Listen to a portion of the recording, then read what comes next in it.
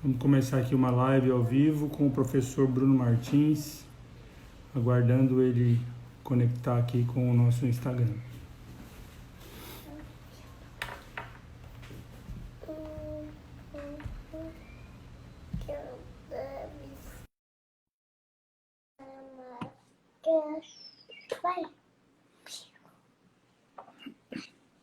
Agora sim, agora todos me veem, né? Bom dia aí a todos. Essa questão de tecnologia a gente apanha um pouco, mas já Bom, conseguimos organizar. Todo bom dia, professor, tudo bem contigo? dia, tudo bem, graças a Deus. Bom, Estamos aqui estamos, hoje. Pois não, estamos, pois não. estamos no horário aqui, então o pessoal já está acessando aí, né, professor? Para a gente fazer Isso. essa transmissão hoje sobre essa live aqui os impactos do coronavírus, né, nos regimes próprios de previdência. E tem impacto, professor? Tem impacto esse negócio? Temos bastante impacto, sim, mas antes assim, de começar a falar um pouquinho desses impactos, como a gente vê, tem gente que nos acompanha já, inclusive que não é aqui de Mato Grosso, queria Uhum. lembrar para os que são daqui, né? E para aqueles que não são. Hoje é aniversário de Cuiabá, né? Capital de Mato Grosso, 301 anos. É verdade. Infelizmente, não. Hoje Cuiabá está de férias prolongada, né? Recesso aí. Mais um dia. Infelizmente, a gente não conseguiu ter nenhum evento, né? Em razão do coronavírus, mas o que importa é que já é uma capital consolidada, já com seus 301 anos, e que é uma mola propulsora do nosso estado, né? Bom, mas vamos lá, eu tô falando aqui um pouquinho sobre o que nos traz aqui hoje, né? Quando a gente fala de coronavírus e impacto na economia brasileira, é, todo mundo é afetado. Todo mundo é afetado. A gente tem visto aí uma série de medidas sendo tomadas por governos estaduais, governos federais, governos municipais, que vão desde impedir a circulação de pessoas, por aí uma questão muito mais de saúde, né? Tentando prevenir o contágio, né, a contaminação com esse vírus, até medidas econômicas, já que com a diminuição da circulação de pessoas, automaticamente as receitas estaduais, municipais e federal caem, né, e comprometem os compromissos desses entes federados. Tá? Bom, e não é diferente quando a gente fala de previdência de servidor. E aí, quando a gente fala também de previdência de servidor, a gente tem que ver sobre dois aspectos muito importantes. O primeiro aspecto é a questão que envolve os benefícios em si. Tá? E aí você vê uma série de medidas sendo tomadas no INSS, que todo mundo fica perguntando, mas isso aí pode ser feito no âmbito do regime próprio? Todo mundo questiona isso. Bom, vamos lá. Primeira questão, e aí uma das mais importantes, a questão que envolve a antecipação do 13º. É possível que estados e municípios antecipem 13º de seus aposentados e pensionistas? Vamos lembrar que quando a gente fala de administração pública, a gente está falando de legalidade. Então, quando se fala de legalidade, o primeiro lugar que nós temos que buscar a informação é na legislação. E muitas vezes um texto ou uma palavra bem ou mal colocada na lei é a diferença entre poder e não poder. Né? Algumas leis, por exemplo, de municípios e também de estados, trazem a data real ou a data fixa que esse 13º será pago. Por exemplo, algumas leis dizem que o 13º será pago no dia 20 de dezembro. Outras leis dizem que ele será pago 50% em julho, 50% em dezembro. Nesses casos, e aí vocês que nos acompanham, para que ele seja antecipado, é preciso haver uma modificação legal, que nesse momento ela com certeza está prejudicada, porque as câmaras municipais e as assembleias legislativas, em sua grande maioria, estão fechadas ou funcionando de forma remota. Né?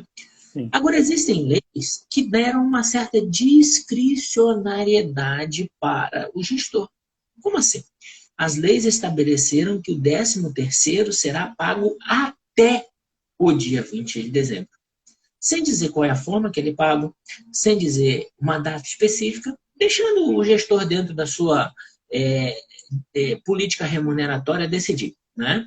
Então, nesse caso, onde a lei diz que até o dia 20 de dezembro, ou textos semelhantes, como, por exemplo, será pago dentro do próprio exercício, eu entendo possível, sim, que um ato administrativo, seja um decreto, do gestor, né, ele lê, no caso do decreto do prefeito ou do governador, ele permita a antecipação desse pagamento. É óbvio que isso gera consequências financeiras, né, Hildo? A gente não pode esquecer que os regimes próprios, em regra, são deficitários, e de onde vai vir esse recurso, né? Tem que se tomar cuidado, porque, por exemplo, eu estou no município X aqui, e eu tenho uma série de recursos aplicados. Se eu resgatar esse recurso agora, eu vou ter perda financeira maior do que eu já estou tendo com esse negócio de mercado aí. Bom, aí nesse caso, você tem que conversar com o gestor e dizer, olha, se você não pôr o recurso lá, eu não consigo pagar, porque isso aqui vai dar problema lá na frente. Tá? Agora não, aqui tem um determinado recurso que dá para você fazer um saque sem ter prejuízo e pagar esse valor. Ok, é uma outra alternativa. Tá? Então, a gente tem que pensar o seguinte, essa questão, por exemplo, que envolve a antecipação do 13º, ela tem o aspecto legal, mas ela tem principalmente também o aspecto de gestão. Você precisa estar antenado a esta situação. Né? Uma outra questão muito importante é duas outras medidas que foram tomadas pelo INSS que estão nos perguntando se é possível fazer nos regimes próprios. A primeira delas, todo mundo sabe, né, no INSS, que o auxílio-doença é pago pelo INSS a partir do 15º dia. Né? E aí, o governo federal está trabalhando, para que nos casos de contaminação com Covid-19, esse auxílio-doença seja pago integralmente pelo INSS. Inclusive, os 15 primeiros dias sejam de responsabilidade do INSS. E isso é muito importante, porque gerou um questionamento. Os municípios, então, podem pagar os 15 primeiros dias? Calma. Município que ainda está pagando auxílio-doença no seu regime próprio está praticando um ato inconstitucional.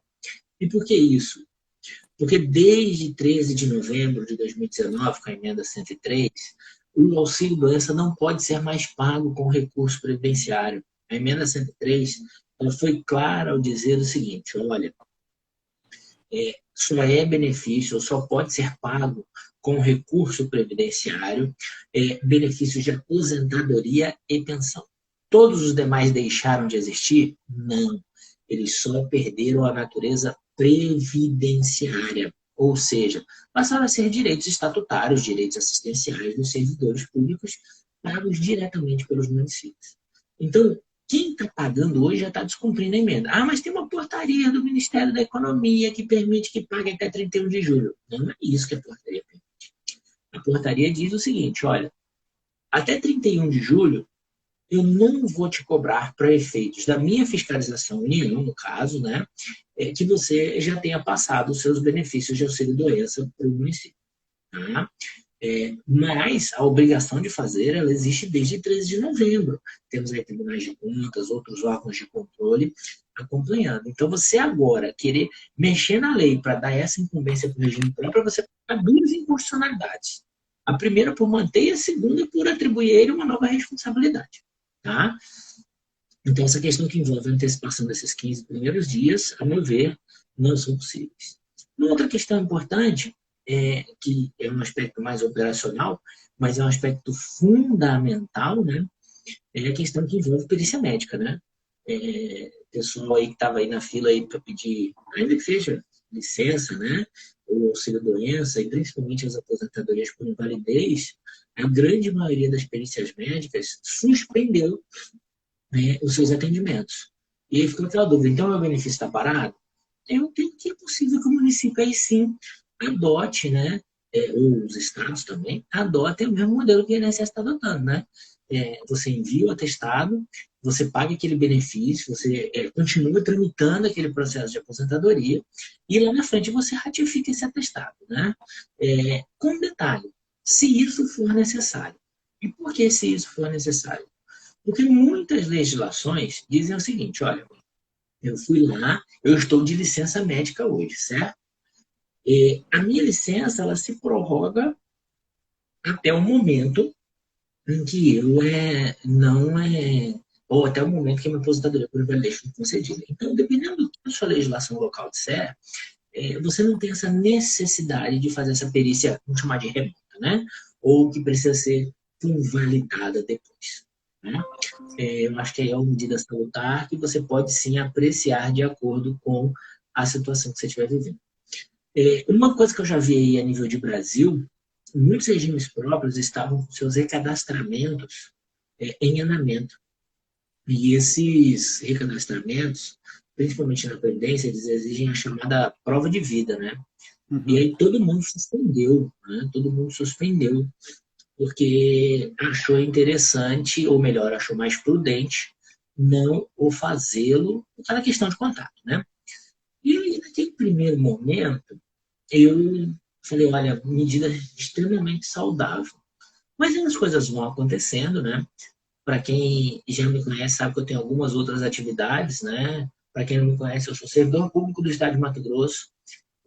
Me arrisco dando aula, né? Seja em curso, seja em pós-graduação. Tenho livros publicados e também advogo. E aí é nesse último item que tem uma questão importante.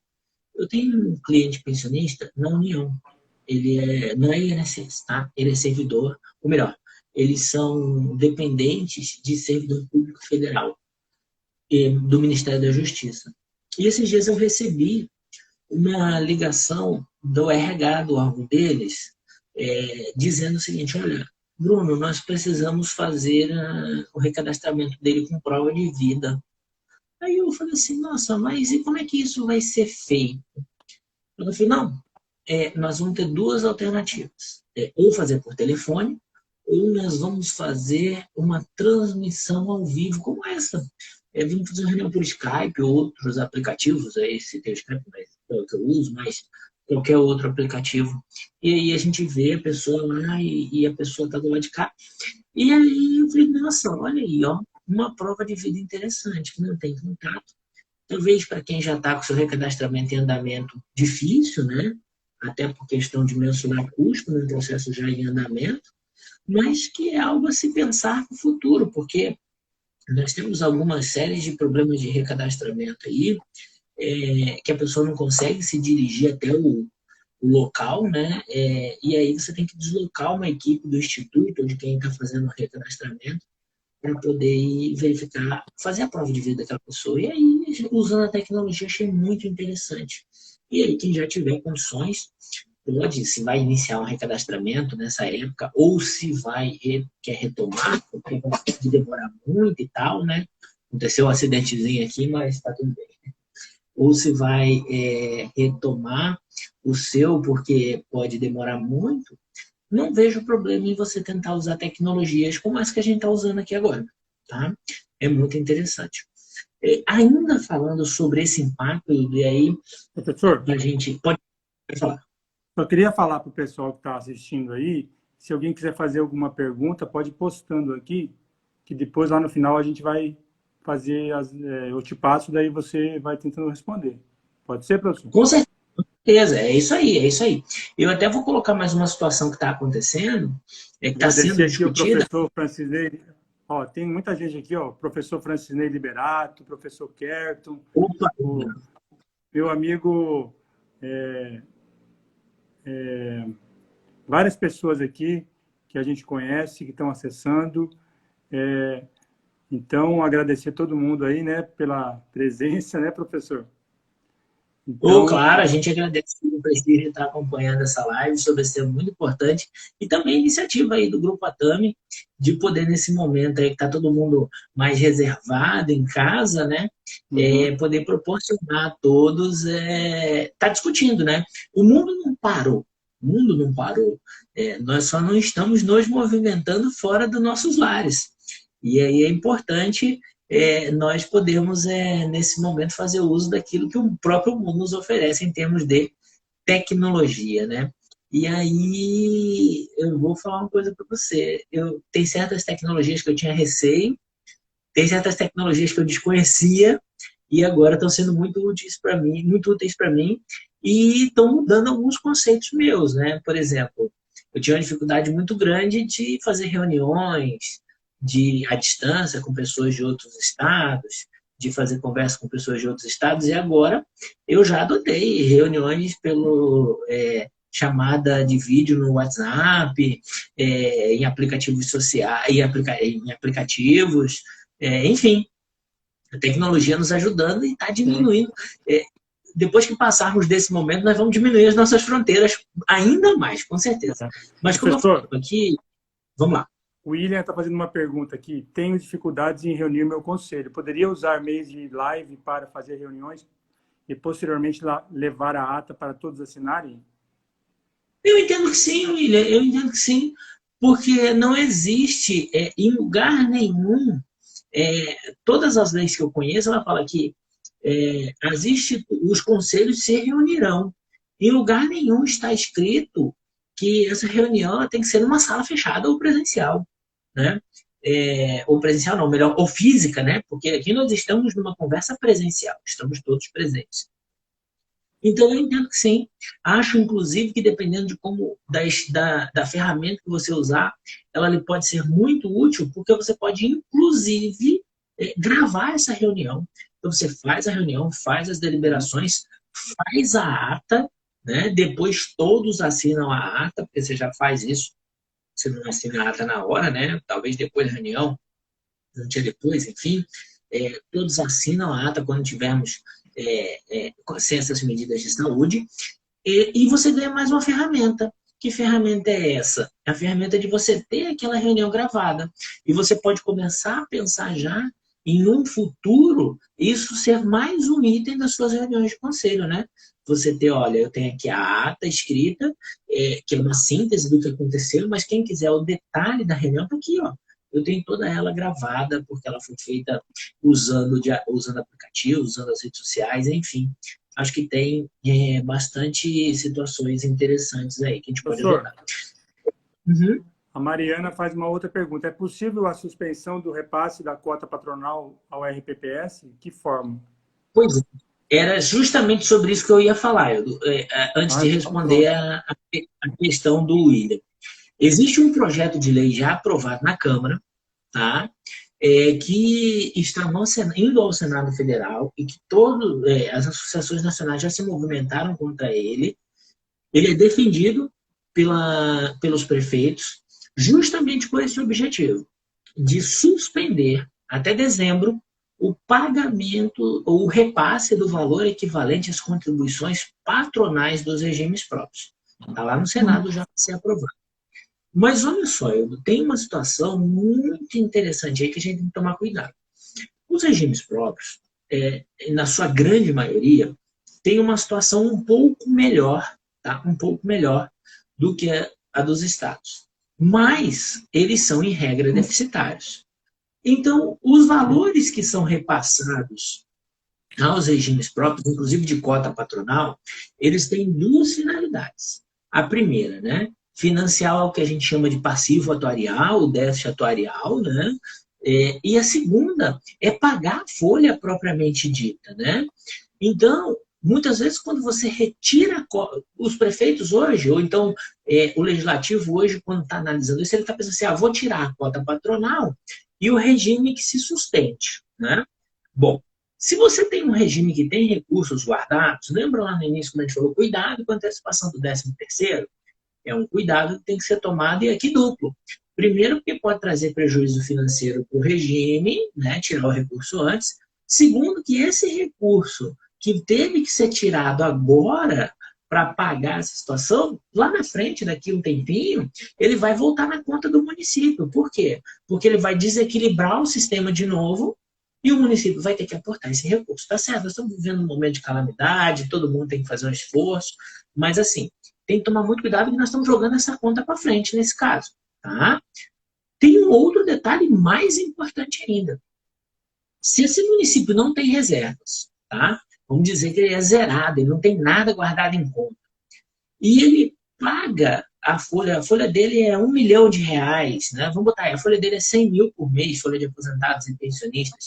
E ele recebe, entre contribuição do servidor e contribuição patronal exatamente os 100 mil, quando você tira a contribuição patronal, porque ela está suspensa até dezembro, o que vai acontecer? Vai faltar dinheiro para pagar aquela folha.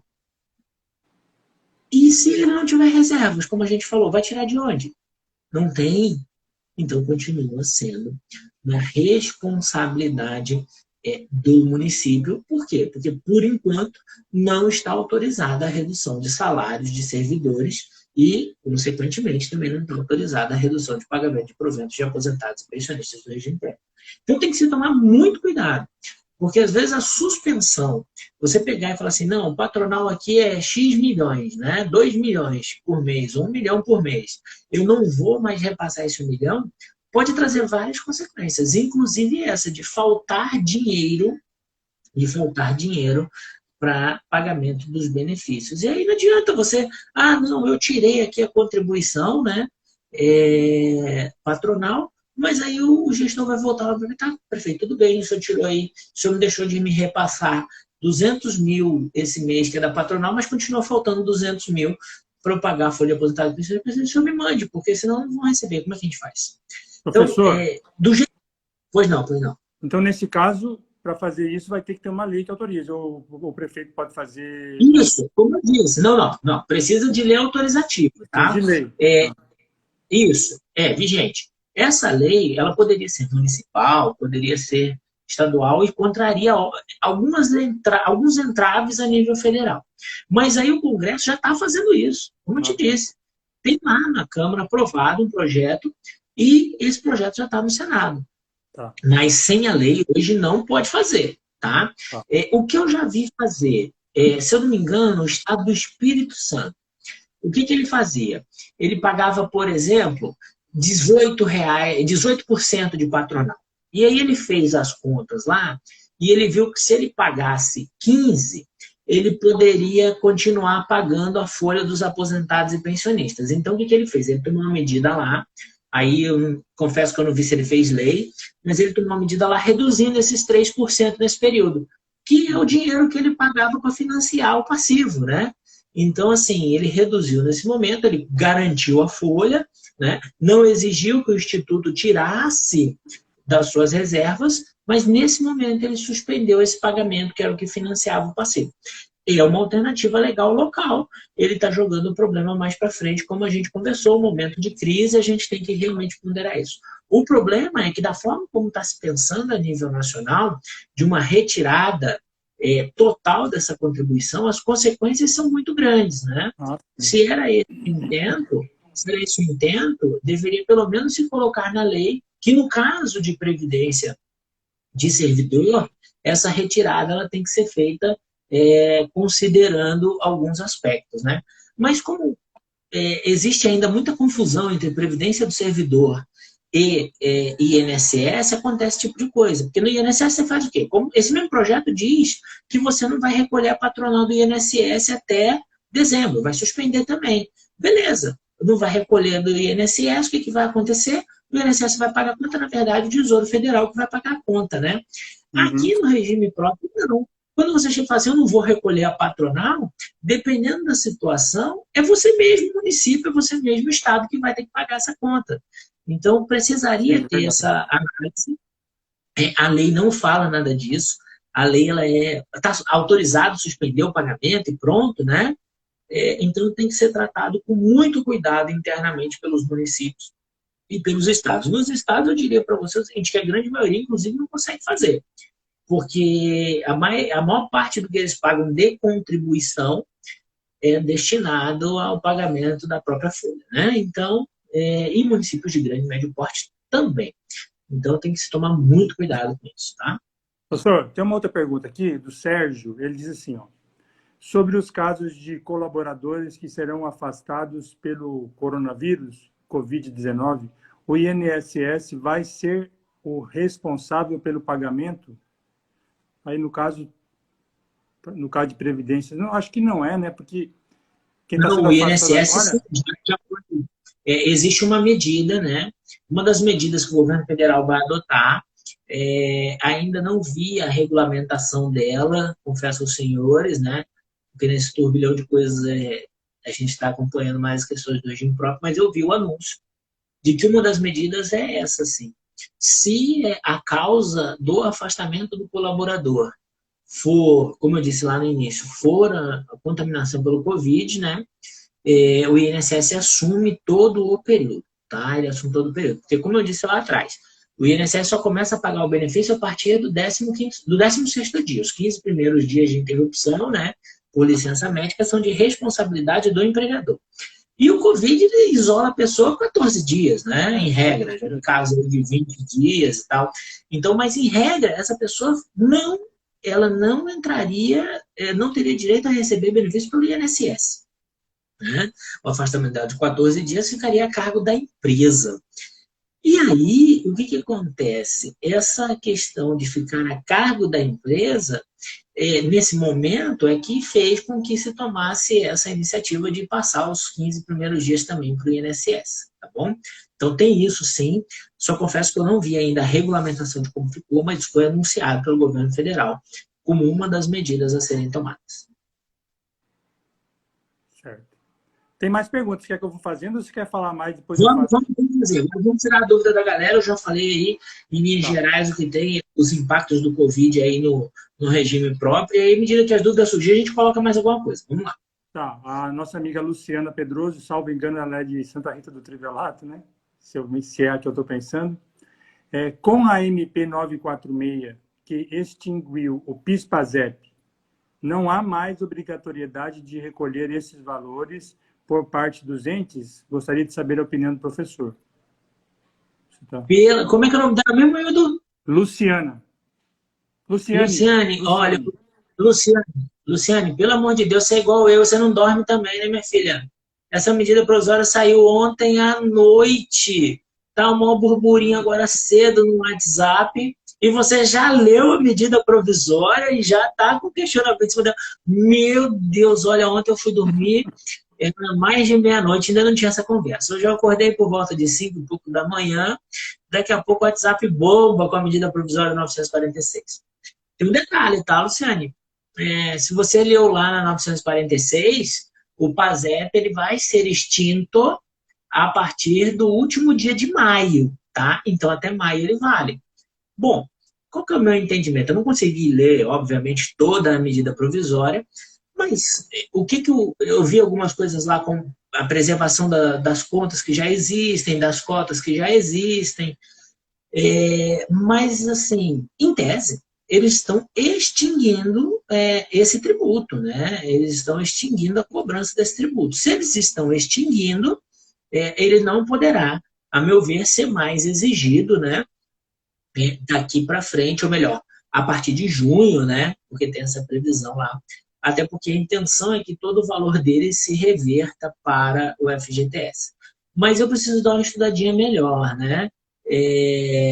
Mas eu acredito que na minha visão, realmente não cabe mais falar em recolhimento, principalmente nos regimes próprios, onde isso é uma grande polêmica, né?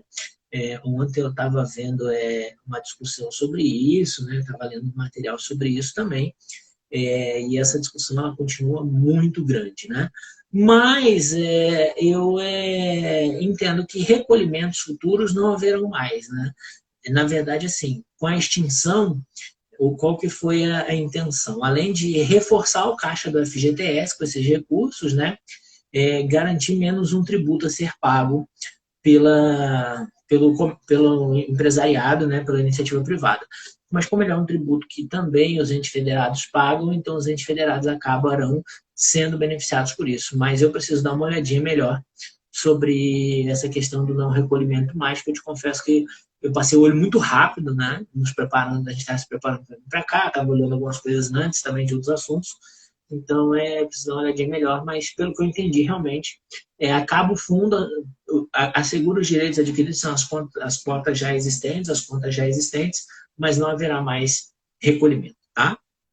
Professor, a Mariana Matos faz a seguinte pergunta. No município em que há segregação de massas, o executivo pode se utilizar dos recursos do fundo superavitário para pagar a folha de pagamento dos servidores? Mariana, veja só, essa utilização desse recurso, da forma como eu acho que você pensou, não é possível, né? Ah, vou lá, vou pegar o recurso aqui e vou pagar. Não é o correto. Existiu e ainda existe um termo até que eu não gosto, as chamadas compras de vida, né? Que acarreta a extinção parcial ou total da segregação de massa e permite que os recursos voltem, né, para aquele fundo que não está capitalizado, para o fundo de repartição simples. Mas isso também depende de plano de custeio, também depende de lei. Hoje, não existe um autorizo legal para você ir lá pegar o dinheiro do fundo capitalizado e aportar aqui sem nenhuma norma local para pagar esses benefícios. Então, isso pode sim trazer problemas se o gestor fizer diretamente, né? Porque isso vai ficar registrado na contabilidade, enfim. Eu acho, para mim, isso não é possível na forma como você pensou. Ó. Tem aqui o recurso guardado, se eu estiver errado, você corrige a gente. Tem aqui o recurso guardado, eu vou pegar esse recurso e vou transferir de fundo para pagar a folha aqui, e aí como uma forma de não fazer a patronal. Nem isso a lei autoriza, né? A lei só diz que está suspenso o pagamento e pronto, como se fosse o INSS. Por isso que eu falei da diferenciação lá e das dificuldades, né? Então, eu acho que precisa da lei local, até para você poder fazer uma garantia, olha, eu vou usar temporariamente esse recurso do fundo capitalizado, mas vou devolver em tanto tempo, né? Usando aí, se for o caso, uma ajuda, ou no mínimo um parecer atuarial, porque eu sei que fazer um cálculo vai demorar muito, né? Talvez não dê tempo. Então, assim, dá para fazer, mas se você tiver mostrar, né? Atuarialmente, se possível, e garantir os recursos no futuro, tá? Fora isso, você hoje não tem autorização para isso. Lembrando que esse tipo de lei ainda teria que ter o aval do Ministério da Economia, que tem que ser aprovado antes de entrar, de ser, inclusive, em alguns casos, enviados para as câmaras municipais, tá? Professor, a Doralice, que é a nossa aluna aqui da pós-graduação... Deixa eu só fazer uma interrupção. Porque ontem eu estava fazendo a nossa live lá, e aí vou pedir licença para convidar, toda terça-feira à noite a gente faz uma live no nosso Instagram, o Previdência do Servidor, e aí eu vi lá, alguém fez uma colocação interessante, que pode aí, a Mariana poderia, de repente, ser ajudada com essa situação. Qual que é o grande problema? O município ele tem dois problemas, né? Primeiro, a diminuição de receita. Segundo, injetar dinheiro no mercado para fazer receita para ele. Pois bem, a emenda 103, ela autorizou que os recursos previdenciários possam ser objeto de empréstimos consignados, né? Então, por exemplo, ela tem lá o fundo segregado dela, um fundo capitalizado com recursos guardados. O que falta para emprestar esse dinheiro? Para usar esse dinheiro como empréstimo consignado? Uma regulamentação a nível nacional, né? Lá da Comissão de Valores Mobiliários, né? Em saindo essa regulamentação, seria possível já operacionalizar. E aí, o que vai acontecer? O aposentado e pensionista, ao invés de as instituições financeiras, ele vai pegar um empréstimo no próprio fundo, né? O fundo vai arrumar a sua garantia, enfim, e vai circular dinheiro localmente. E vai poder usar dessa forma o dinheiro que está lá capitalizado. Então, eu acho que, e aí eu sei que tem gente que não concorda, que critica, mas eu acho que uma medida nesses tempos de Covid-19 interessante para os regimes próprios, como é um ato administrativo, não precisa de lei, seria essa regulamentação a nível nacional aí da autorização de empréstimos consignados para aqueles casos onde tem recurso armazenado e precisa injetar dinheiro na economia, usasse dessa forma. E aí o município ou o Estado não teria que tirar de outras fontes para poder botar dinheiro na economia. Tá. Não, o que eu estava falando, a professora Doralice colocou aqui que ela já até assistiu uma live hoje sobre a MP 946 e diz lá que o dinheiro do PIS-PASEP... Da gente que não dorme, como é que já fez live essa hora? Da gente que não dorme. Está dizendo que o dinheiro vai ser transferido para a conta do FGTS. Isso eu vi lá. Agora, se não vai mais existir PIS-PASEP, então não vai mais ter aquele salário anual do servidor que tem até 2 salários mínimos. Não, também, né? Isso está garantido. Isso, pelo que eu entendi lá, as contas que já existem estão garantidas. O abono, porque não é todo mundo que tem direito ao abono também. Só Pelo que eu entendi, também estaria garantido para quem já está. Eu vou entrar no mercado de trabalho agora. Eu não teria mais regra de abono de PIS/PASEP, pelo que eu entendi, mas eu preciso aprofundar um pouquinho mais, tá? Agora, garantiu sim vários direitos lá na legislação, mas também fez essa transferência. Na verdade, é o seguinte: é a União assumindo financeiramente os recursos do PIS/PASEP. Ela pegou todo o dinheiro que tinha lá, jogou no FGTS e falou o seguinte: olha, a hora que você for fazer o seu saque do seu PIS/PASEP, eu vou pagar essa conta aqui. E aí o abono realmente, em tese, estaria garantido, mas a gente precisa ver se vai acontecer aí nos próximos anos, né? Como é que vai ficar. Tá, professor. O William faz uma pergunta aqui. Sobre prazos. Devido ao coronavírus, tudo praticamente tem sido prorrogado. Há alguma notícia sobre o prazo de 31 de julho ser prorrogado? Por hora, não. Por hora, nós não temos essa informação. Tem gente, na verdade, o prazo de 31 de julho ele já estava sendo objeto de grande contestação, principalmente pelos municípios, né? Em razão do momento, a questão que envolve deixar despesa para o próximo gestor, questão eleitoral. Nós até demos um parecer dizendo que a questão eleitoral não influi no aumento da alíquota, né? No aumento, não na instituição de alíquota progressiva. Então já havia um movimento no sentido de prorrogar esse prazo, né? Ou até assustar, porque, para quem não sabe, o Congresso hoje tem também lá um projeto de decreto legislativo querendo sustar, né, suspender os efeitos dessa portaria, e isso veio antes da crise do coronavírus, tá?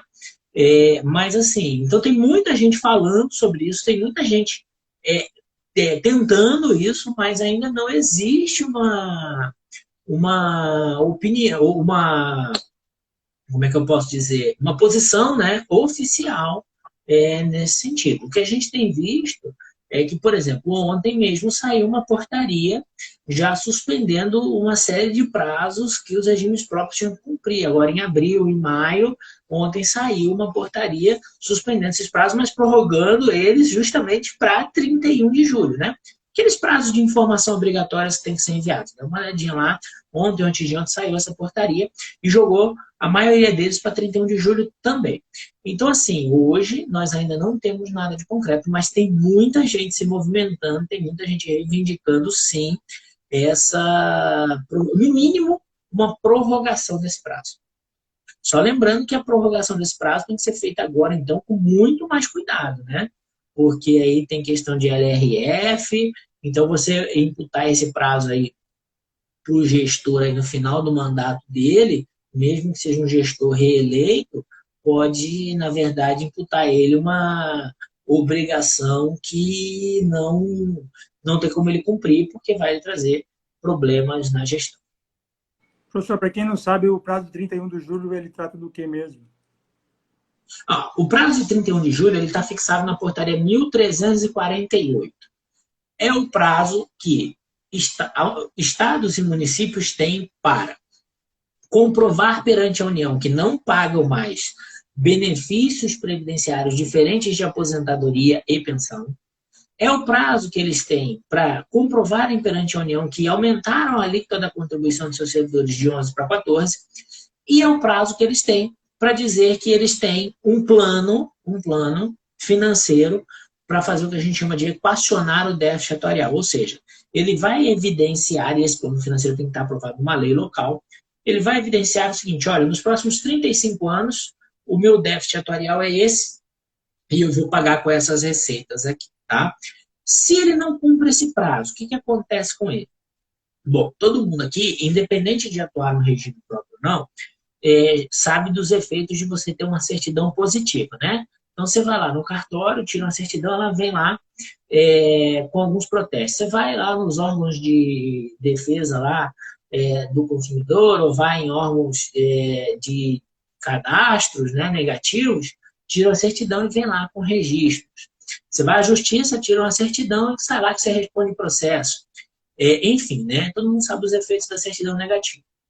Para o empresário em geral, existe a certidão negativa de débito perante a Receita Federal, né? Onde ele vai lá, tira e prova que não deve nada de tributos estaduais, ela existe também, federais, né? Ela existe também a nível estadual e municipal. E os regimes próprios, ou melhor, os estados e municípios que têm regime próprio também têm a sua certidão negativa. Ela chama-se Certificado de Regularidade Previdenciária.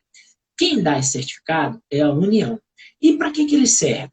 Ele deve ser apresentado toda vez que o ente federado for receber transferências voluntárias. Como assim? O município vai lá e vai fazer um convênio com a Caixa Econômica Federal para fazer uma obra, né, de saneamento, de asfaltamento, né, ou vai também fazer um convênio a nível estadual. Um dos documentos que ele tem obrigatoriamente que apresentar é esse certificado de regularidade previdenciária. Então, esta portaria disse o seguinte, olha, a partir de 31 de julho de 2020, se você não tiver tomado essas 3 medidas que eu citei, eu não renovo ou não concedo mais o seu certificado de regularidade previdenciária. E aí o município fica sem poder receber as chamadas transferências voluntárias, os empréstimos, os avais e recursos também de compensação previdenciária junto ao INSS. Professor, nosso horário já mais ou menos deu, que a gente tinha programado, mais ou menos, 30, 40 minutos. Se você quiser, tem mais algum tema que você gostaria de expor?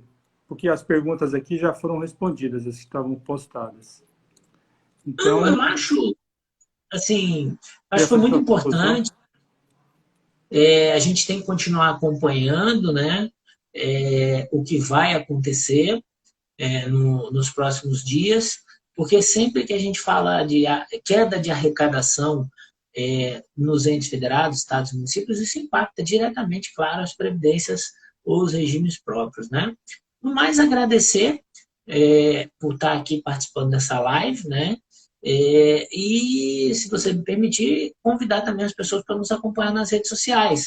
Claro. Nós estamos lá no Instagram, como Previdência do Servidor, Facebook, você pode me encontrar como Bruno Martins ou como Previdência do Servidor, e no YouTube também nós temos um canal chamado Previdência do Servidor. E aí no Instagram a gente também tem a nossa tradicional live de terça-feira às 20 horas de Brasília, sempre tratando um tema de Previdência do Servidor, tá? Então, já convidar a todos para nos seguir lá e participar das nossas lives, ok? Também aproveitar aqui, professor, queria aproveitar para convidar todo mundo que a gente está planejando, né, um curso sobre os impactos da reforma previdenciária sobre os regimes próprios, né? Que a gente fez essa novidade eu deixei para você, Hilda. Essa novidade eu deixei para você. Esse curso ele foi dado em janeiro presencial aqui, agora devido ao coronavírus a gente vai lançar um curso online que em breve a gente vai definir as datas, né? Vão ser 3 encontros de 2 horas, né? Vai ser um curso de aproximadamente 6 horas. Então, quem tiver interesse vai poder procurar nas nossas redes sociais aí, que vai ter lá as informações, os dias, o valor do curso, tudo isso.